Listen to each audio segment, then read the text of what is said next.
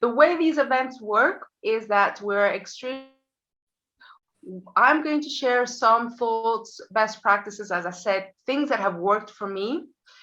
And I would like to encourage you, please, to ask questions, throw observations in. The whole part of this, the whole reason for being here is for every single one of us who are in midlife to learn something, share something, encourage others, inspire.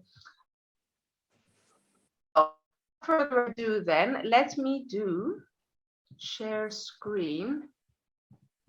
Oh, let me know, by the way, if my video at any time freezes. So hopefully it doesn't freeze too much today. Can you see me?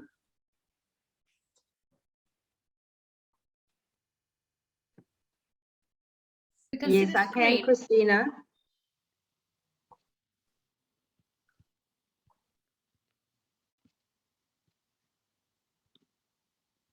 I think she's frozen, right? Yeah, I think so too.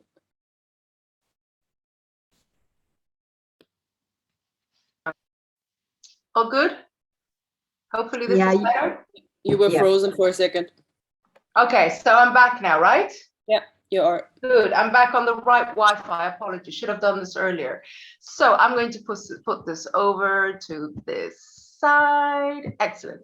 So welcome, ladies, to the Midlife Reboot Tribe. My name is Christina Ioannidis. I'm going to, before I start, mute everyone apart from myself, if that's okay, so that we avoid background noise. If you've got any questions, want to raise a hand, jump in, ask a question, absolutely no issues. So welcome again.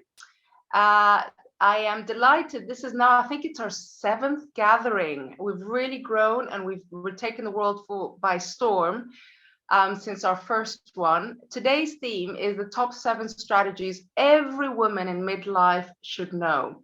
And when I talk about midlife, ladies, I'm not just talking about us who are like me today, at the end of my 40s and in our 50s. Midlife can start a lot earlier, and I'll talk about that in a few seconds.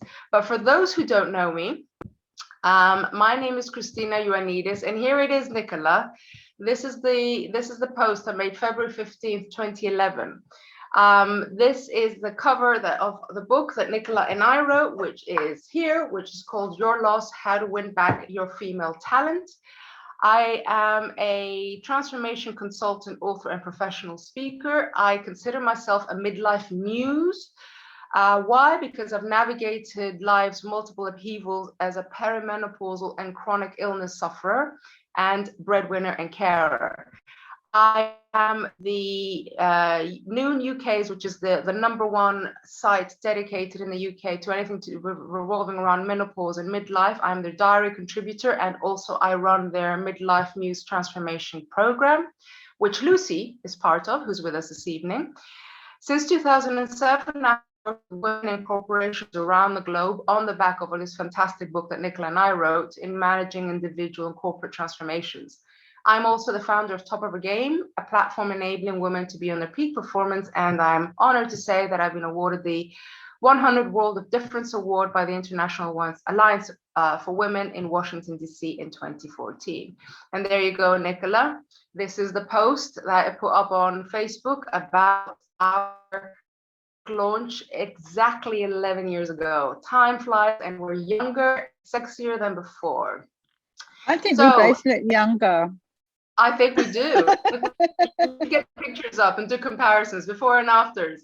So this is, for those who haven't been here before, these are 2 pictures of me. This is a picture of me in 2014, March 2014. I had literally just been given this award by the International Alliance for Women. It was a wonderful time in Washington, came back to London. I was living in London then, had a photo shoot. Look at this waistline. I mean, I don't even need to highlight the fantastic looks here. Then fast forward to March 2020. This is me at the age of, doing the maths now, 47. It was literally 2 years ago, where I had in my 40s put on a good 15 kilos, looked a lot older, aged, felt heavy, felt uncomfortable in my skin, depressive, hormonally imbalanced in every possible way. I lost my mojo. And this picture for me is a great, I think it exemplifies what I was feeling. And this, of course, is the beginning of the pandemic, where during the pandemic, things did actually get much worse for most of us, not just me. A bedridden Christina most of the time. Then I lost my mother, unfortunately, to the disease. And February 14th, 2021 is actually the date that I recovered my ability to even move, because even though I'm someone who works out every single day, because of grief, my body was completely paralyzed. And I remember that day is because it was a kind of a start of the release, the start of the rebirth of Christina. And the reason why I share this story is because it's likely to resonate with a lot of you, because we as women at this age, we not only have a lot of stress in life, things like grief and losing a parent or losing someone very close to us, or even children leaving the home are actually aggravators of stress, which I'll talk about in a few moments. Now you see a woman completely different in front of you. This is me today. So I'm not putting this picture up as a look to show off, I've even got muscles. The point here is to show you that someone who in 2021 was, as I said, depressive and extremely low, despite having lost weight, and you can see here I lost about 15 kilos. And I had already lost weight when my mother passed. The problem was that a lot of the depression, the terribly painful periods, the sleepless nights, the anxiety persisted. And so the reason why I'm talking about this today, and I'm very excited to have you all with us, is because on the outside, I was looking fine, but on the inside, I was a bit more messed up. And it took me another good year. So today marks my birthday. I'm now 49 years old, one more year to go to hit the midlife, true midlife. I'm 49, I feel much better, much stronger than probably since my mid-20s. I'm a different person. I feel even fitter. And it has taken me a good year since last year to be able to get to this point. So I'm hoping that part of the message that I'm imparting to you is that there is hope for all of us when we're going through these transitions. But what I want to share with you today is some of the learnings that I've made, some of the realizations, because we don't come with a manual as women. In fact, nobody has a manual for women because we are so much more complex than men. And it's up to us to identify what are the things that help us improve ourselves and our well-being and our transitions. So I want to share with you a few bits of information. I was having a conversation with one of our normal participants who's coming a bit later. Her name is Kinda. And we're talking about the normal age that menopause or midlife starts. So these are figures from the US. On average, the age of menopause in the US is 51, which is reflected globally. However, women start to see symptoms of menopause, which is called perimenopause, in their 40s. And it is possible to have these symptoms as early as in our mid-30s. According to the North American Menopause Society, menopause occurs prematurely at the age of 40 or younger. 1% of women in the United States as a result of genetic, metabolic, autoimmune, and other conditions. So when we're thinking, and this is something I really want to focus on, when we're thinking about midlife transitions for women, they could start in our mid-30s. And they can go right through to a mid-50s. So we're looking at something that impacts our performance over 20 years. 20. I'm not here to scare us. I'm here to open our eyes, because when I said we had no manual as women, I didn't know in my mid-30s that I'm going to go through something that's going to hit me so hard, like a steamroller is hitting me. And by the way, I've been made redundant twice and I've lost the business. And I tell you, nothing was as stressful and as shocking and as debilitating as my 40s. At the time when I should have been in the prime of my career, very wise, internationally traveled, in demand. I used to travel around the world. Despo and I met in Dubai. I used to be living in Dubai and I was practically never there because I would travel all over the world. And in 2019, I did the globe, according to Google, 2.3 times. The reason why I say this is because it's a realization that it's 20 years of our most productive life that can be sabotaged by our own body. And we don't know this. And I'm hoping that part of the message that we take away today is that it's not something that it hits women in our exactly the moment we hit 50 or 51. That is a misnomer. This kind of midlife is not true. It's much earlier. And that's why I wanted to share these statistics with you. And another thing, in the US, there's a cost to this. Menopause costs American employers $770 in productivity losses per menopausal woman per year. In extreme cases, it could be $6,500 per woman per year. And as we hit that mid-age, and we're going to talk later about cortisol and stress, when we have high awareness, high stress mode, chronic diseases also get worse. I haven't mentioned this, but I have been now diagnosed with a disease called endometriosis, which got exacerbated through my 40s, and it peaked at the height of my grief, which was last year. So that's another reason why we need to think about the productivity issues. Why? Because 2 days of every cycle, for my part, in my case, I was bedridden. So if you think we have 12 cycles every year, that's 24 days. That's only 1 month that Christina was bedridden because she couldn't function. And so this is something to keep in mind. In the UK, according to research, 60% of working British women report menopause and perimenopause negatively impact their work. 1 in 3 have taken sick day due to symptoms. And the 2017 study revealed that 1 in 10 women have considered quitting their job due to menopause. So when Nicola and I wrote this amazing book, which was about how companies can retain women to increase their diversity in senior leadership and on boards, which we're delighted to say that it was featured in the Davies Review in the UK on the lack of women in the boardroom, we hadn't incorporated anything to do with this midlife transition, when actually it affects women and their productivity, and even makes them out themselves, self-select to leave corporations when it is particularly stressful.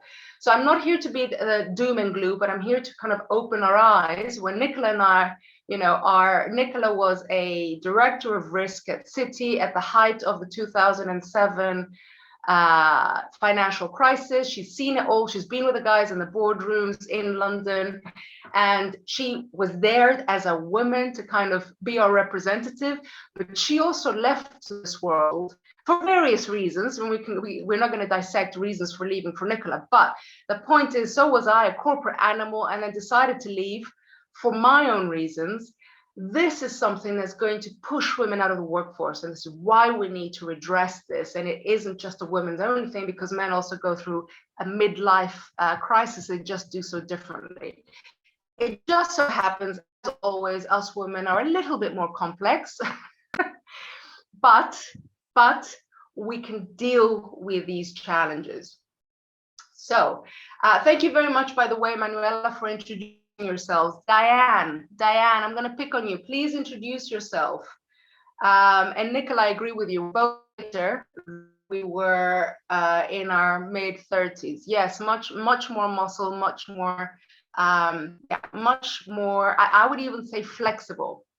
So today's topic is all about the 7 strategies for women to really tap into their midlife transitions. And I've summarized it into 7 realms.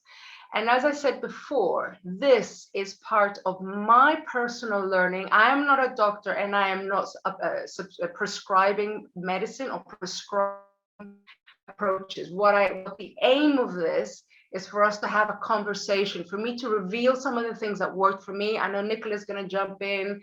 Obviously, we're going to hear from Nectaria in terms of the exercise bits, but we're going to talk about some of the most important elements that are interrelated. So when I was doing this presentation, one of my big thoughts, as I'm super creative and super visual, was to actually be able to draw lines between each one of these realms and how they're interconnected, but it's impossible to do so because there's so many connections. I would just actually be showing you what is a completely filled, this is a heptagon. Right? So this is why I'm going to keep it simple, and I'm going to show you, and I'm going to talk through each one of the 7 realms. Please jump in with any questions or observations. Again, this is about us having a conversation. So I'm going to start with the first one, which is obviously the one that we're all going to say is the primordial, and it's the hormonal. And in the hormonal realm, my biggest learning is that we talk about the sex hormones, estrogen, progesterone, and testosterone, as being the ones that we need to regulate during our transitions. But actually, the sex hormones are controlled and can be regulated by 3 other hormones, which are encapsulated in what's called a hormonal hierarchy, where you have cortisol, oxytocin, and another hormone called insulin. And for me, if I were to explain it, what do we need to do as women? We tend to be caught in what I call the cortisol crisis. We're in midlife, we're the sandwich generation, we have loads of responsibilities, we probably go through grief or divorce, another big issue, or children leaving home. And so there's a lot of change around us, and what happens to us, we get into this mode of anxiety and stress. So we release what's called cortisol. It's a stress hormone, it's our fight or flight hormone. What we need to do, and it tends to be on average the case, we need to increase the other hormone, which is called oxytocin, and it's the feel-good hormone. It's for those who have had children, it's the hormone that women release, and by the way, animals do that, other animals do that when they want to bond with their children. So we need to boost our oxytocin. How do we do that? We do that by doing things. The obvious things are things like yoga, Tai Chi, exercise like Pilates, anything that reduces and calms our mind, but at the same time, petting our pets, hugging, all the stuff, by the way, that COVID stopped us from doing, which is one of the reasons why we're likely to all be imbalanced. And I know I was imbalanced, and I was talking to Lucy. And one of the things I've started doing, living now in Athens, is I pet cats everywhere I go. I just stroke cats because for me, they calm me. So that's one of my oxytocin boosts. I know I do it as an ongoing strategy. And Nicola's getting a puppy pretty much because she knows it's going to help her. So that's a hormonal hierarchy. Then we have the other big culprit, which is insulin resistance. And insulin resistance is basically when our body, our pancreas is secreting too much insulin. And insulin is essentially the hormone that regulates our blood sugars. So if we've got insulin resistance, essentially the more sugar we have, our body doesn't react to it. So we tend to then pile on weight, which is something that I'll talk about in the kind of the physical realm. Nicola's got a hand up. Christina, can you? Yes. I know you know a lot about this, and I'm interested to hear a bit more. So if you've got more to say on that, with insulin resistance, a lot of people assume that you're diabetic or there's some sort of issue, and in fact, you can have like these. From what I've started learning just more recently, is that you can almost have these micro bursts of problems with insulin that sort of just add up. It's not like you have this permanent issue. Is that right? Yeah, it builds. In my experience, it's built. So when you saw me from the very slim Christina at the age of 41 to that 47-year-old chubbier, you wouldn't necessarily call me overweight, but I was. I could see the scale, right?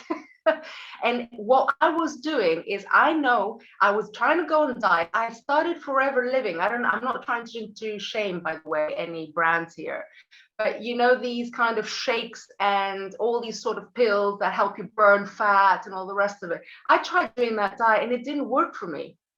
Why? Because I was insulin resistant, meaning that even though I needed to break that consuming food or consuming anything that would spike my insulin for a certain amount of time, which is where I'm a big fan of intermittent fasting, because that helps you lower your blood glucose levels. So you're absolutely right. What tends to happen, builds, you can then become what's called pre-diabetic. And in my mother's case, she actually got diabetes too, and all sorts of things that kind of destroy women's health occur as a result. So thank you, Nicola. You're absolutely right. It builds.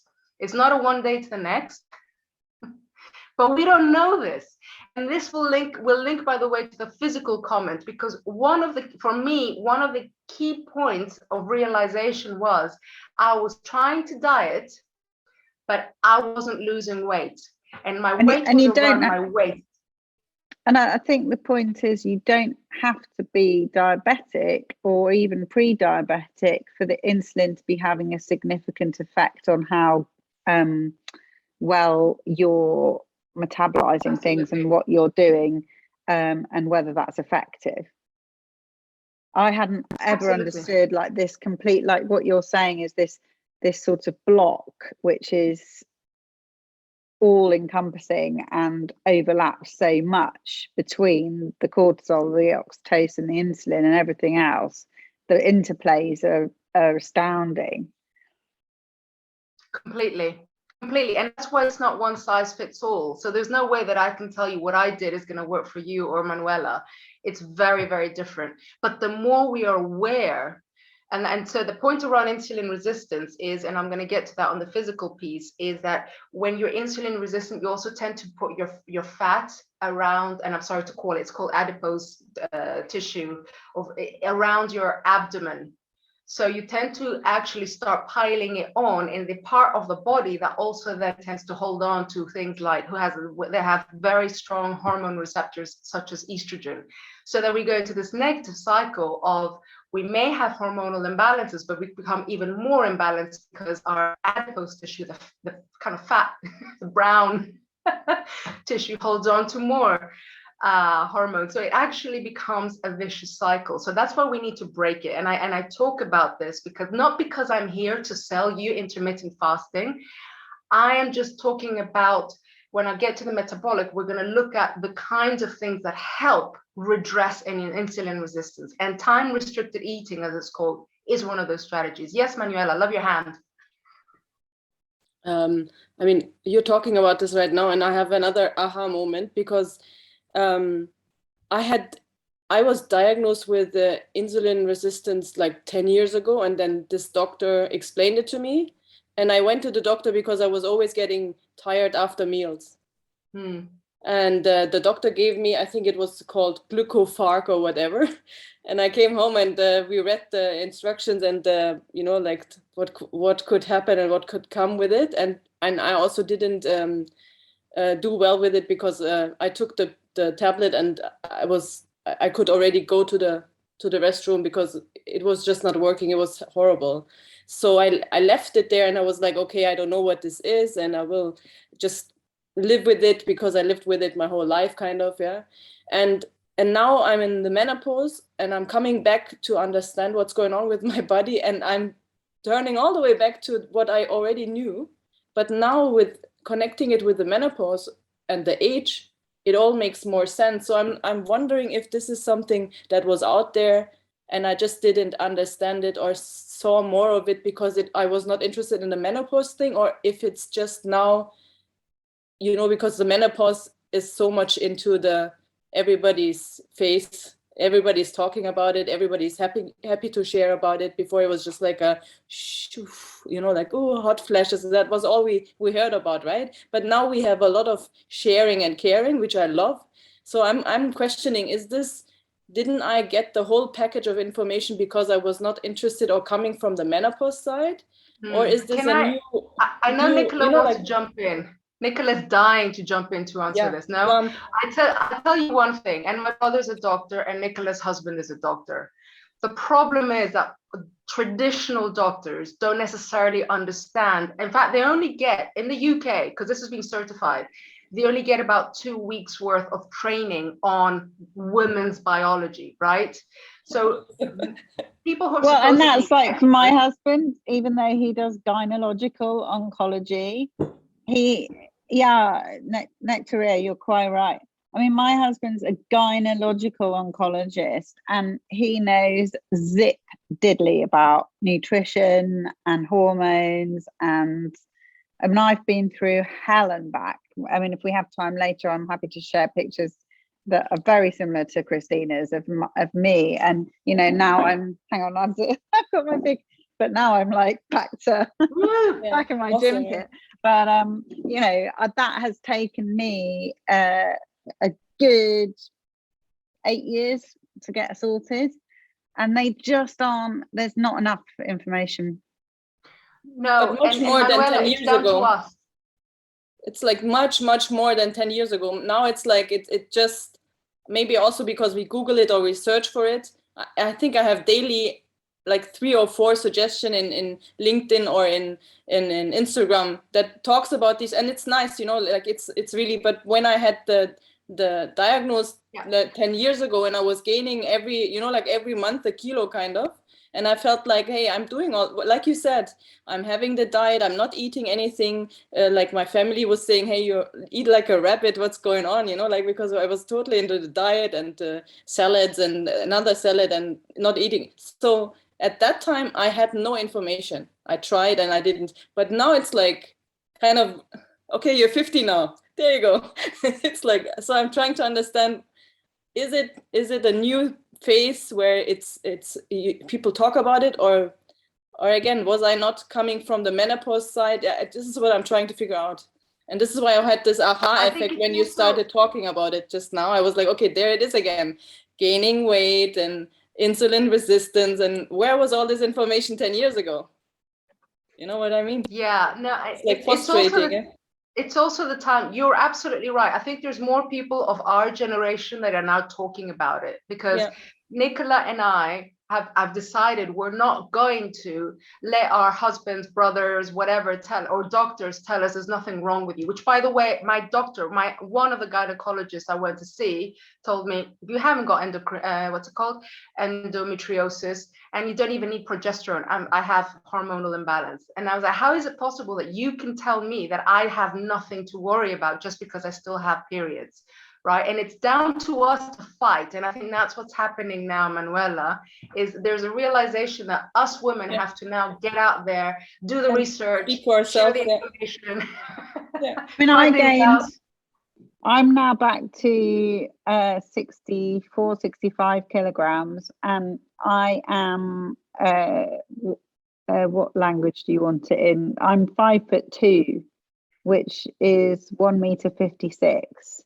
And I was weighing 82.5 kilograms, which was the same weight as I was when I was 9 months pregnant. And bearing in mind that I'm an international level sportswoman who was coxing, so I was steering rowing boats for 15 years, and I knew exactly how to control my weight, because sometimes I had to put on to be in a men's crew or lose to be in a women's crew, and they monitored us all the time. I know so much about nutrition, and like you, I was trying really hard, and everybody was like, you've been eating too much cake. And now you just watch me a flipping great big bowl of crisps, and I'm losing weight. It's because they just didn't understand what was going on with my hormones, and I had the exact same battle. I had to keep going back and back and back and back, and every time they were telling me, oh, take some iron supplements, you've got fibroids, we'll just give you a hysterectomy.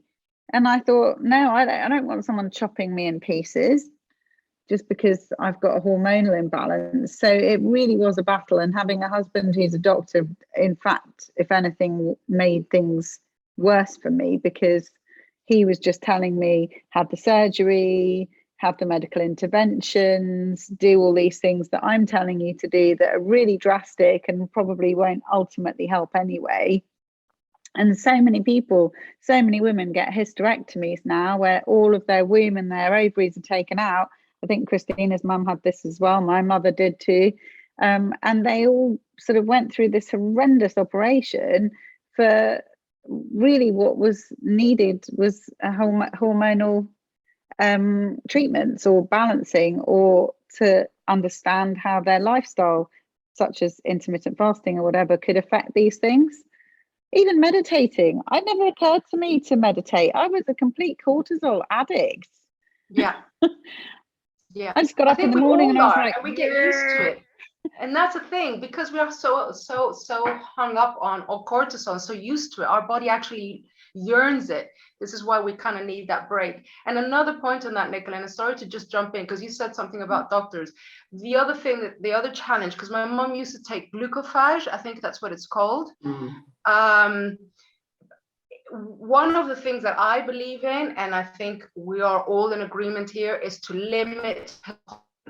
It's very easy for doctors globally, and I'm not singling out individual doctors, to tell us, take this, take that, the other. I had this conversation with my general pathologist here, and it's like, he doesn't get it. But it's okay. I don't blame him.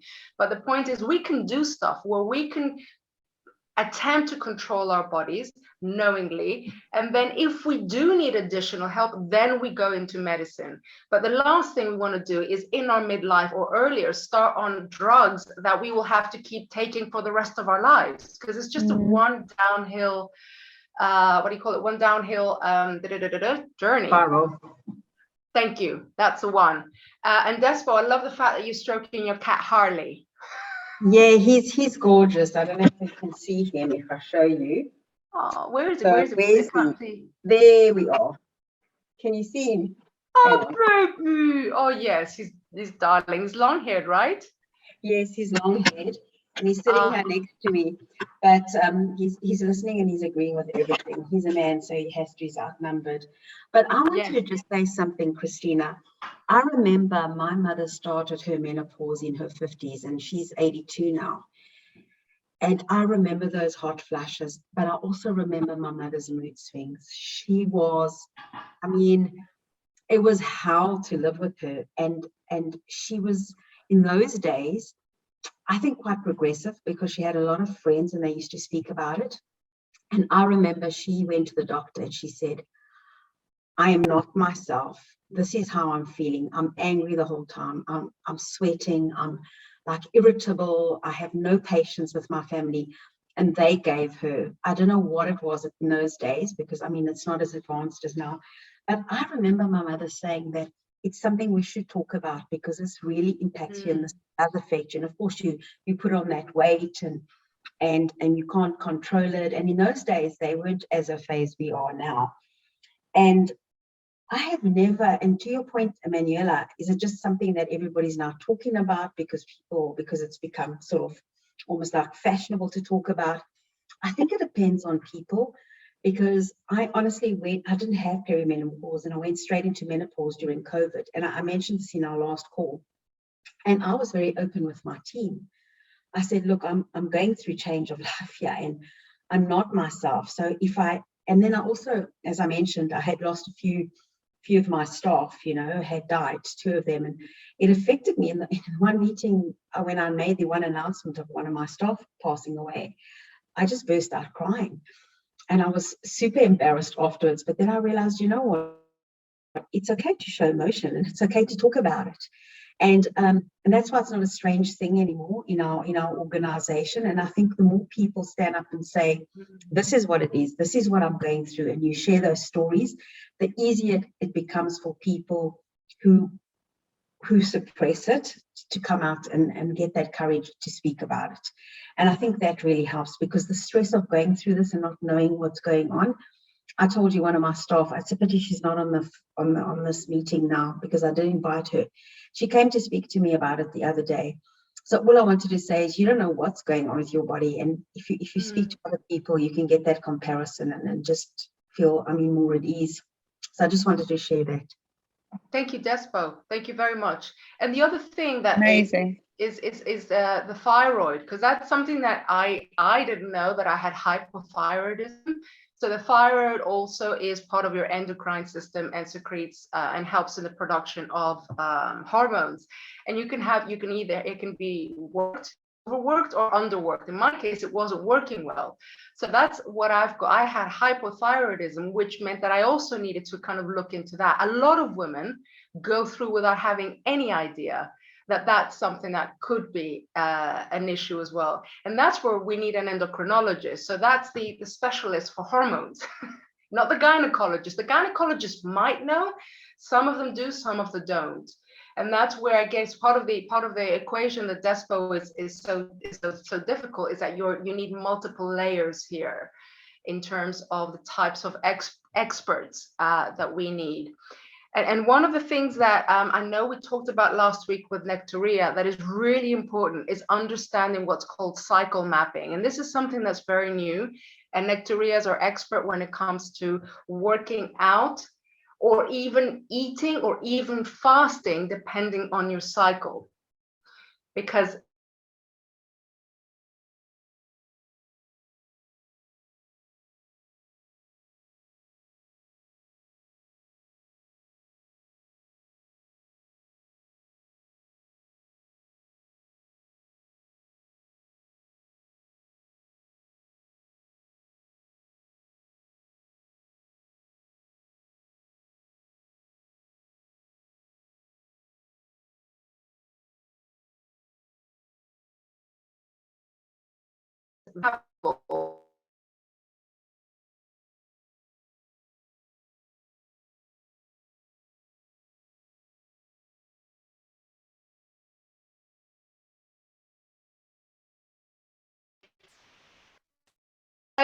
hear me? Hello? It's broken. It's broken. We can hear you now. Can you hear me now? Yeah. Yeah, we don't see your screen. Yeah. Are we back? Okay, hold on a second. Let me, it's my wonderful Wi-Fi connection.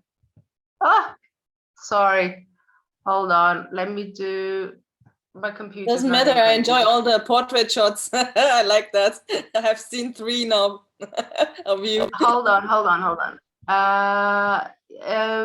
Nectaria, can you jump in about your lunar cycle? Yes. I'm very happy to do so. So basically, last week we talked about how, again, it's all very, very new research. There's so much on how the physiology of the woman changes throughout her menstrual cycle, and that the needs change around our menstrual cycle. There are parts of the cycle, say, for example, if we split it first half and second half, on the first half, we start in day 1 with our period. The body is incredibly low in hormones, all of the hormones. Well, the estrogen and the progesterone, they're all really, really low. And so is the testosterone. So we are naturally tired. We really should just rest, Then it starts, as the estrogen starts building, then it's a good time to exercise harder, and the body recovers better. The body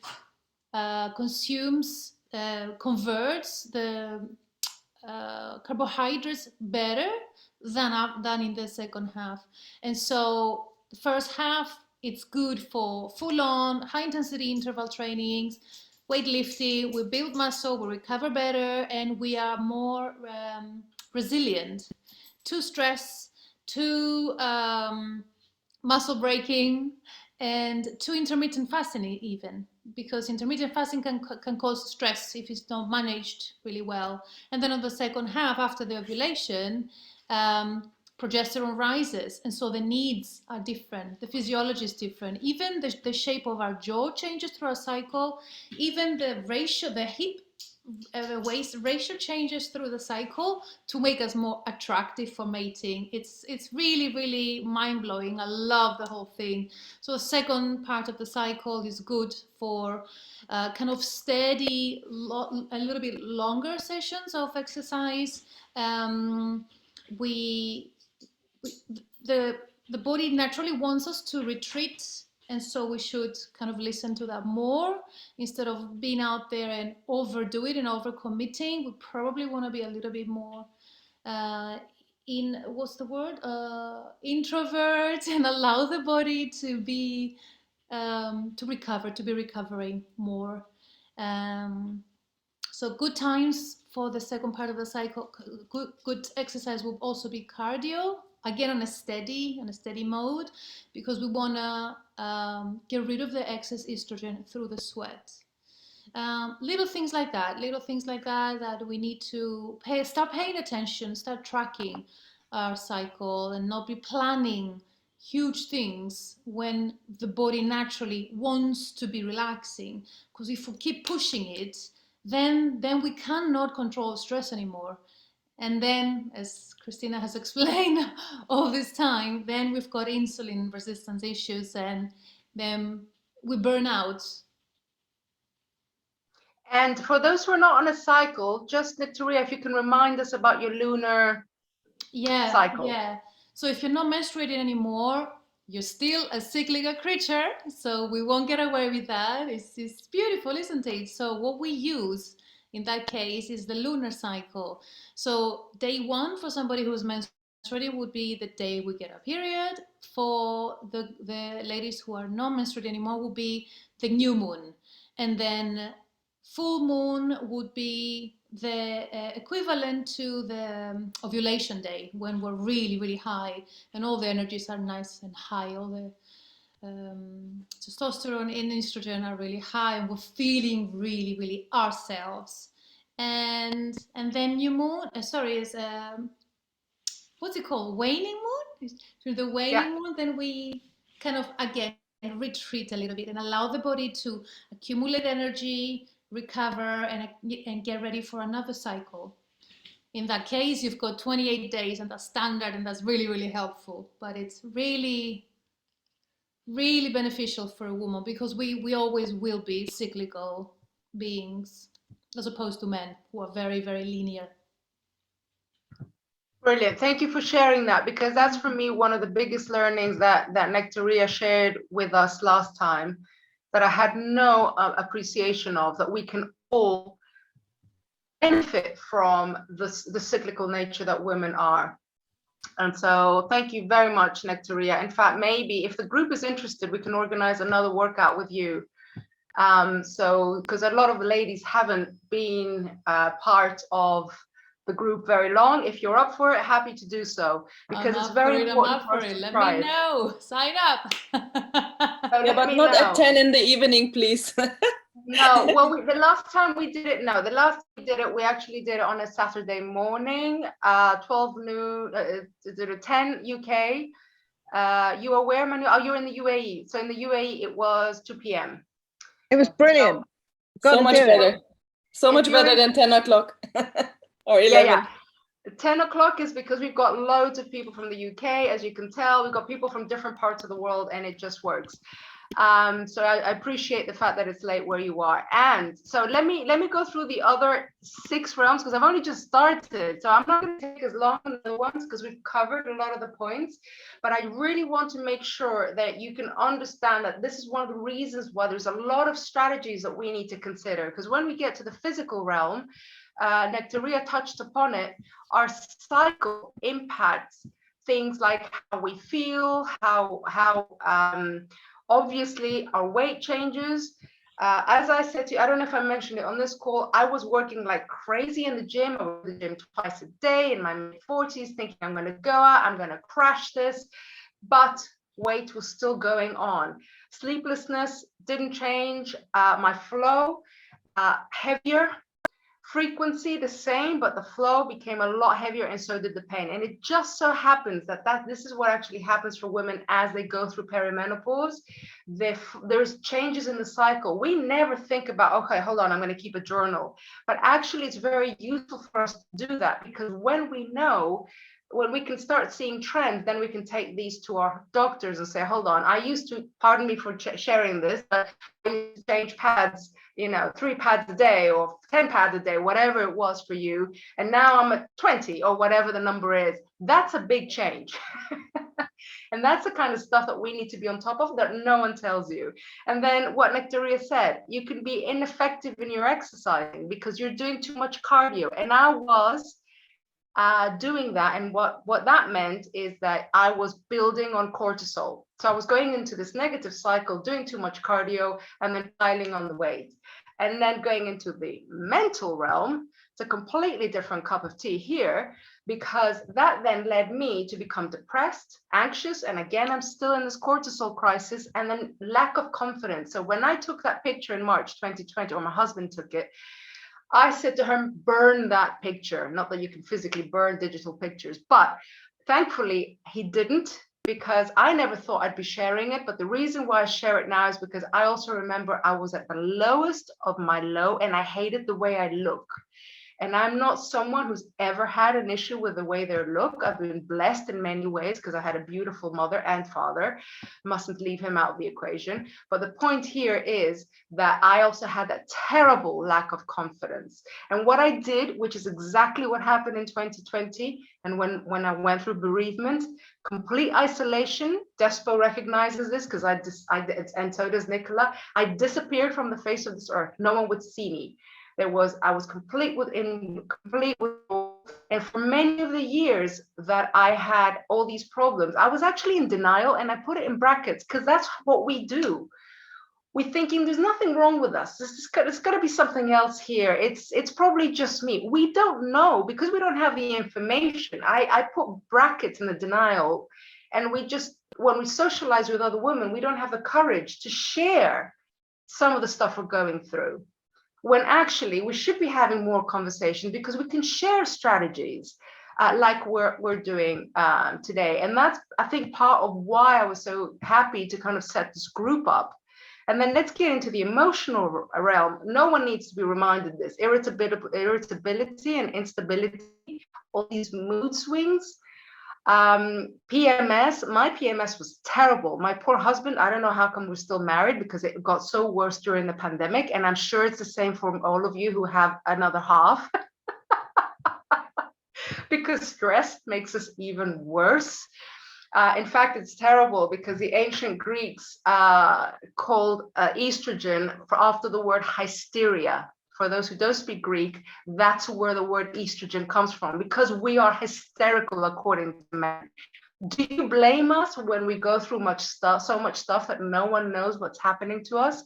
Now, my biggest learnings when coming into this was how much environmental toxins that we have and impact our hormonal imbalances. So Nicola is a big fan of this. Plastics. Ladies, we have to stop drinking out of plastic stuff unless it's non-PFA. So it doesn't have, I can't remember what PFA stands for now. Some convoluted Greek combination of words. But basically, we need to have plastics. If we are going to use plastics, they are plastics that are specially made to not release. Hello, Sophie. Hello, this is our youngest member. Everyone wave at Sophie. Yes, Sophie's having to we have to go onto the NHS because she has to prove her identity by speaking numbers onto a page, apparently. Oh, okay, so you're going to dash off. Well, lovely to see you, Sophie. And the other thing, ladies, that can impact, and I don't know how many of you know this, that can impact us and our hormones, our creams and our skincare.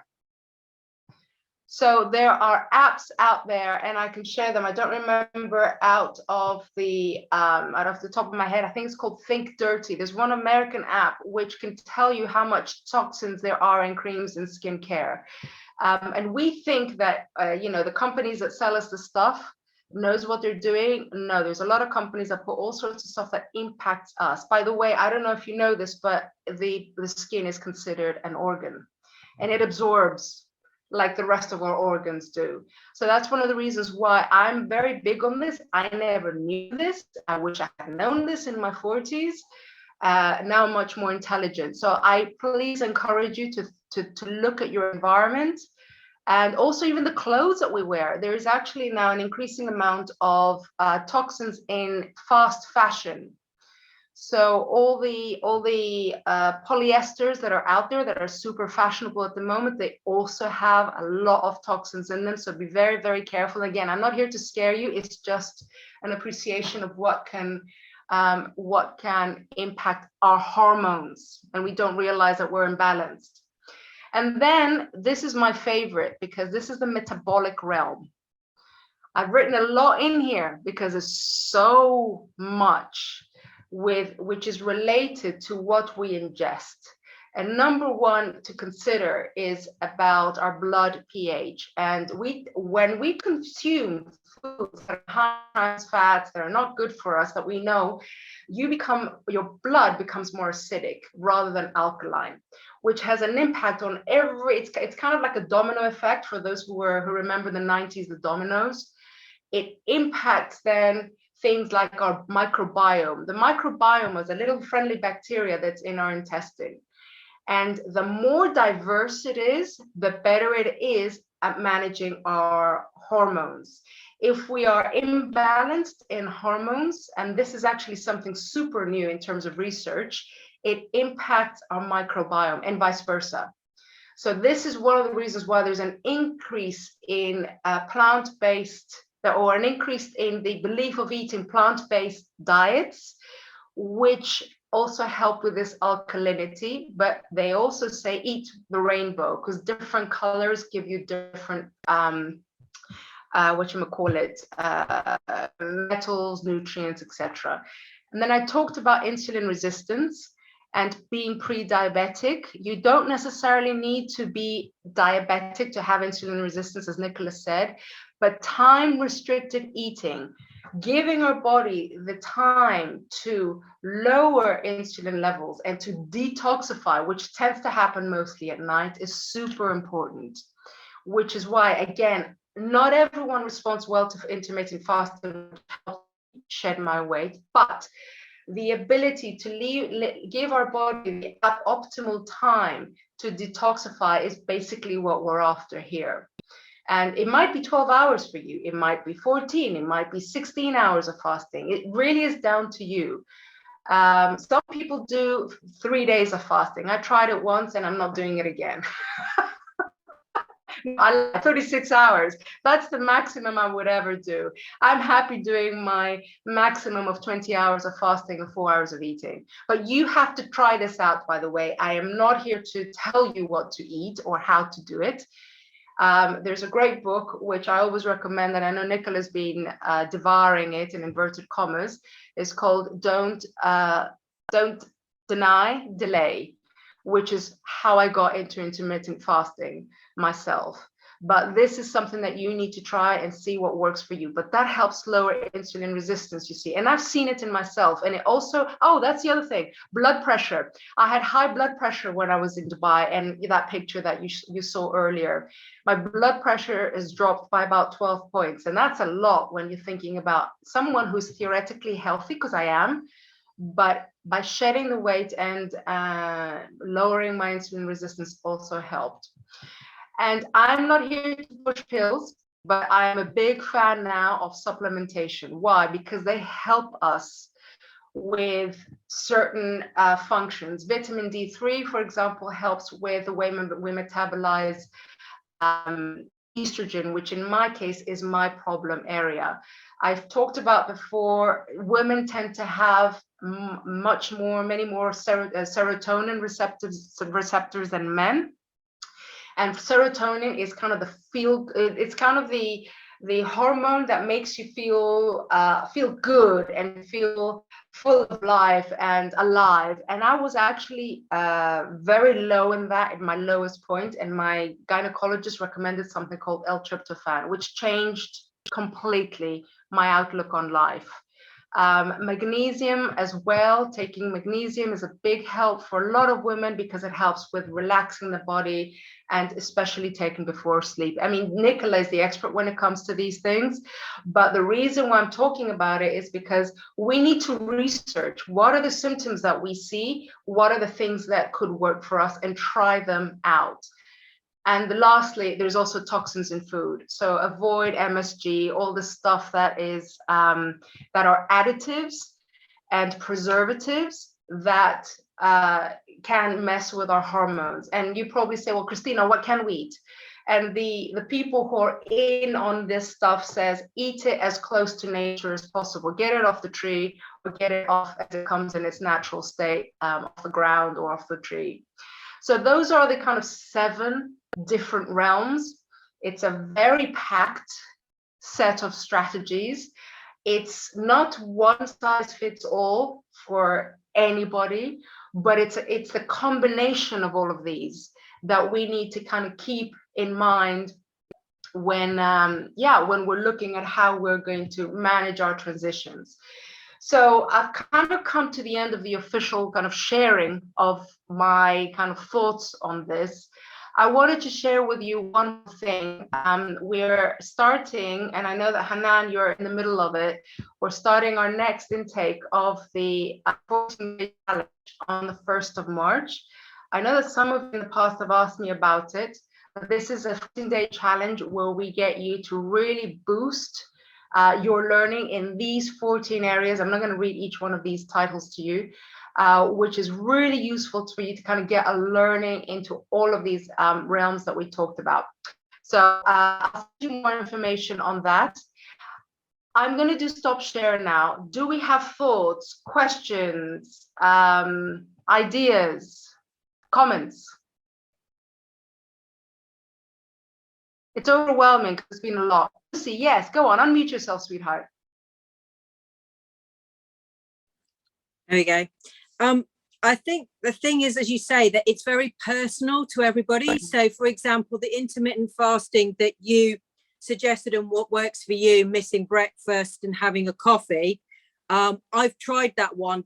For me, that's disastrous. I have really low blood pressure and I start to feel very nauseous, and I'm a monster if I don't have breakfast. So I think the point of this really is, to experiment and try out what works for you.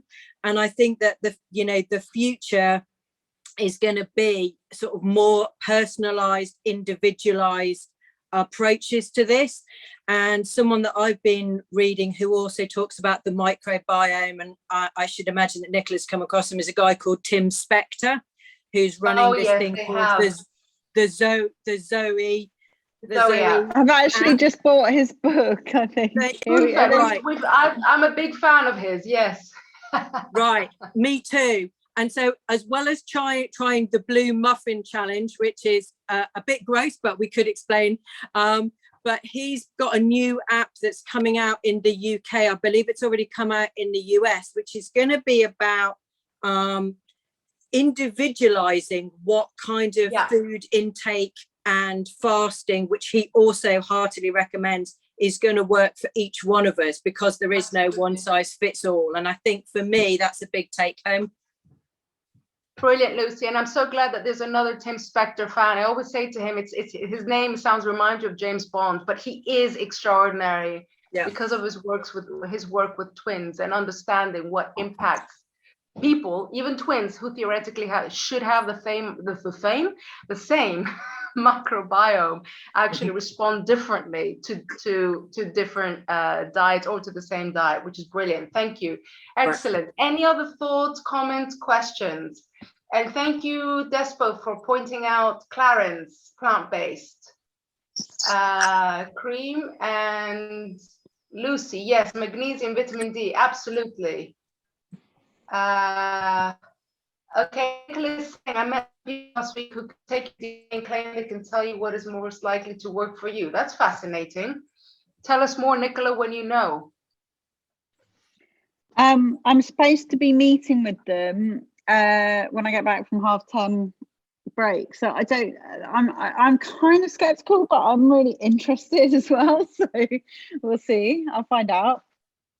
Nicola, get them to have us as their guinea pigs, and we can be trials. We can trial the system and see. Yeah, it's really huge in some parts of America, apparently. So I'm going to find. I will find out and see. Yeah, what we think works. Great, brilliant. Okay, then I'm going to pick on the new ladies who haven't been here before. Obviously, we've heard from Lucy, Manuela, we've spoken, Diane, Anna, Arshia. Any thoughts, questions, comments? Ooh. Hi all. Yeah, it's the first time I'm being part of this meeting. It was really interesting to hear from everybody. A lot of information, but nothing to give as an input from my side. But yeah, I'm glad that I'm part of this meeting. Thank you. Thank you very much, Arshia. Please join our Facebook group and our WhatsApp group. We've got on chat. Leave us your number. Where are you dialing in from, Arshia? I'm from Abu Dhabi. Ah, fantastic. Thank you for joining in from the UAE. Yay, more Emiratis, more people from the UAE. Yes, please do join our WhatsApp group and our Facebook groups. I put the link, by the way, for the Facebook group on the chat right at the top, because we've kind of moved down the chat. I think whatever you call it. So please do. Sure. Anna, lovely to meet you. Good afternoon. I am from Athens, from Greece. It's the first time that I join your community, your team, and I'm very glad about it. Thank you, Despo. I really appreciate it for sharing me your link in order to join you today. I'm very glad, very interesting what I heard, and really I would like to be part of your community and for your team in the future. Thank you very much. Thank you, Anna. Excellent. Leave us your number then, and we will get you on the WhatsApp group and join the Facebook group. You've got the link here on the chat. Excellent. So Diane, last but not least. I always pick on everybody, Diane. So hopefully you're here and you can give us your thoughts as a first joiner to this group. Ah, maybe you're not there. Okay, I'll pick on you another time then. Any thoughts, any comments, any questions, any ideas, anything anybody would like to add? Yeah. Lucy. Just about the exercise. I found I was not a sporty child. I didn't come from a sporty family, so the whole exercise realm has been something very, very new to me that I've had to kind of discover. But I know this sounds a bit strange, but I have really found that actually sort of lifting weights, not heavy weights, I don't mean trying to be a bodybuilder, but trying to create a strong body. I think in our sort of childhood, it was all about being, slim.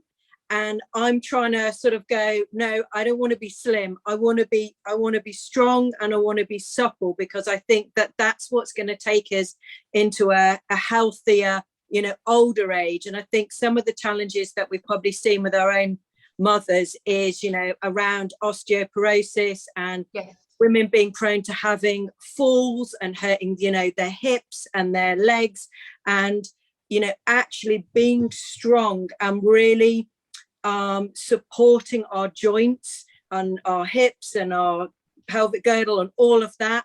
That's what then is going to allow us to have not just a great middle age, but I think a great old age. And that's what I'm looking for. So I really think, maybe I'm not an expert in this, but as well as the cardio and the yoga and the Pilates, which are all incredibly good, the extra sort of weight training, and you can find groups of women, certainly in London, who are more into this. We're not trying to be bodybuilders, but we're trying to be future-proof ourselves. Absolutely. So the workout we do with Nectaria had to jump off, unfortunately, is all about strength training. So her ethos is all about making women stronger, but working through their cycle. This is why her program is called Flow Fitness. And completely agree with you, because you're absolutely right. We shouldn't be. In fact, that's something I should have mentioned, is we shouldn't be doing cardio. We should be doing less is more. So we should be doing much more softer exercise, but at the same time with strength training, and not for hours, maybe even half an hour. So what I've noticed with myself is, as long as I work out half an hour a day, not an hour as I used to, or even two, I can maintain my weight and even sometimes lose weight.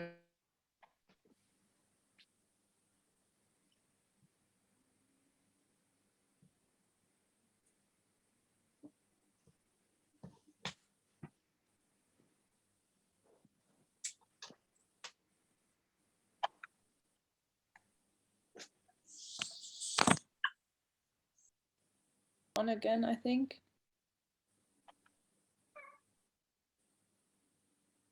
It's frozen again. Yeah.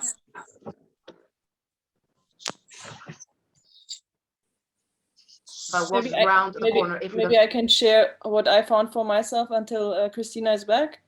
I went for the gluten-free, and I also started drinking bone broth, and that actually made a big change for my gut health and how I felt and how my weight, like to keep my weight at where it was and not gain and gain and gain every month. So I'm doing this for 4 months now, and that worked out for me. There you are, Christina. Sorry, guys. Yeah. Brilliant. Okay, sorry, Manuela, I missed that completely. I just jumped in while you were gone. I was just saying that for me, the not the result, but the starting point was going on a gluten-free diet. Yeah. And also drinking bone broth, which is a really silly problem here, because I don't get the bones here. You get everything, but not, like even an oxtail or whatever. So I need to, it's really silly. Yeah, I never thought about that being a problem, but I had to chase a guy here somewhere in Ruby, and explain him what I want and show him pictures, but nowhere else in Muscat I had the chance to get bones with the, that silly problem. But I found it. I have a supplier now, and I drink my bone broth, and it's helping. So interesting that some small changes give you so much more freedom in life. Yeah. Absolutely. Thank you for sharing that, Manuela, because you're absolutely right. In fact, we do have women from Oman. You know this, Dr. Sora, for example. Do you know Dr. Sora? No. Oh, she's fantastic. We'll be doing a majlis with her further down the line in March.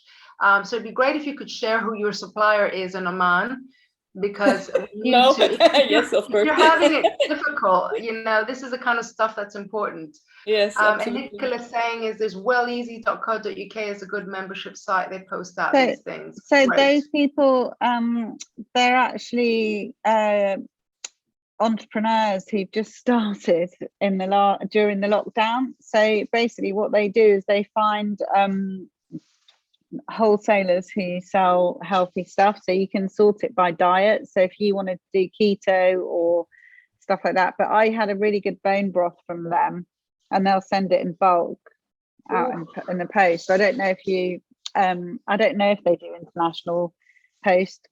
I'm not sure, but they're a UK company, and you could check it out. They do it wholesale as well. It's really good because you pay a membership fee of like £5 a month, and then they sell it to you wholesale prices.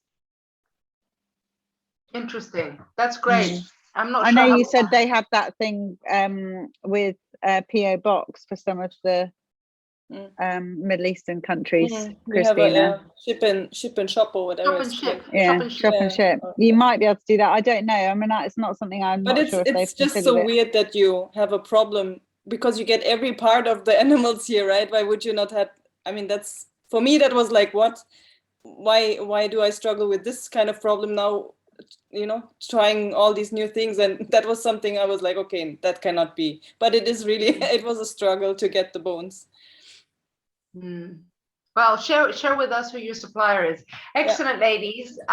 Thank you ever so much. Despo, darling, I know you're there stroking your lovely Harvey. Any thoughts from your side? And thank you very much for inviting Anna and Diane. Oh, I think at 20 past 11, I think I'm all out of energy. But I actually found what Mariella said quite interesting, and I was actually listening quite intently, to be honest, to bone broth. I can imagine in this region it would be a struggle until you find your supplier. But I truly believe in magnesium and vitamin D. My mother herself suffers from her osteoporosis quite badly, and I started very early on taking those supplements.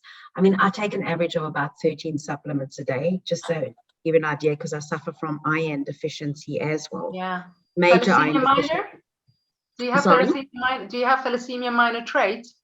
No, I don't actually. Okay. When I was going to get married, I obviously did the test, because that's something common to our region, being Greek, and I don't, but I suffer from an iron deficiency ever since I was a little girl. That's why I've got such a pale skin all the time, and I can't really go into the sun. So also have to take vitamin B supplements. And I think that's what's helped me, to be honest. Yeah. I don't feel that sometimes I feel 100 years old, let me be honest. But then there are days when I really don't feel my age. And I think that has helped me. But I really think I need to now change my diet and start intermittent fasting. And because I do feel very, very tired lately, And it's the last 2 years, and I'm sure it's down to whatever you've said, but really it's given us useful tips. And like I said, Christina, I hope you can share with our company what you've shared in the school today as well, because I think it'll be very useful for people. I also think what should be, it's not just women that need to be educated, but it's also the men in our lives and our brothers and our friends and stuff, because they I think underestimate the impact on women, mentally and physically. Absolutely. And you know what? They're on the receiving end of our wrath, fury, and even those brain fog moments where they probably think we're losing it. I think we probably thought we were losing it as well. And I think it's important that people put a name to it and then understand what it is and not judge it. So for me, that was just one of the takeaways tonight.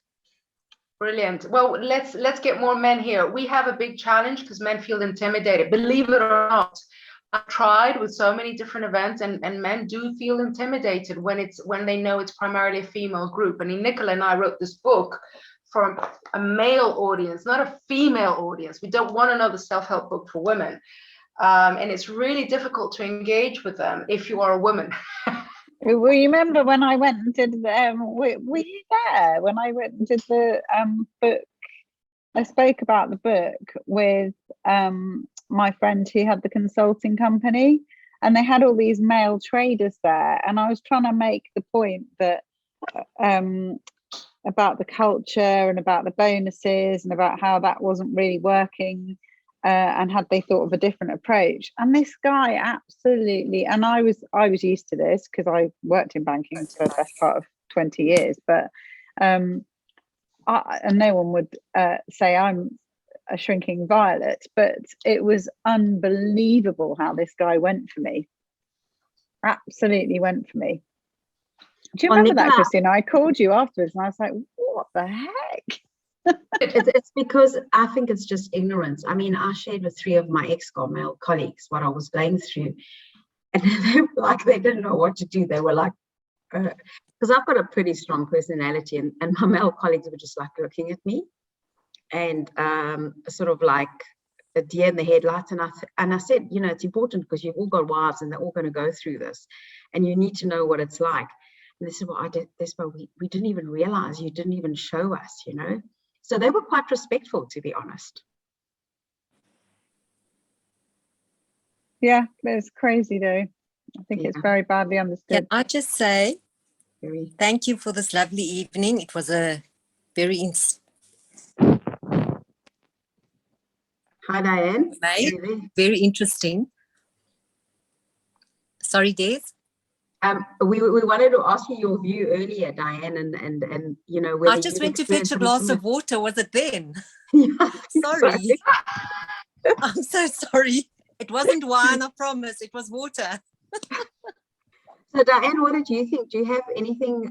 Christina was asking, like, what were your thoughts or anything? You know, definitely interesting. And like I say, we only get, how can I say, more insight as we share our points. I suffer from a constipation. And 2 years ago, I discovered rebounding, which sorted me out amazingly. I mean, you can be on the rebounder for as little as 5 minutes a day, up to half an hour. And I've been regular since I've started rebounding, and I really enjoy it. It's the only form of exercise that actually exercises your lymphatic system and your eyes, actually.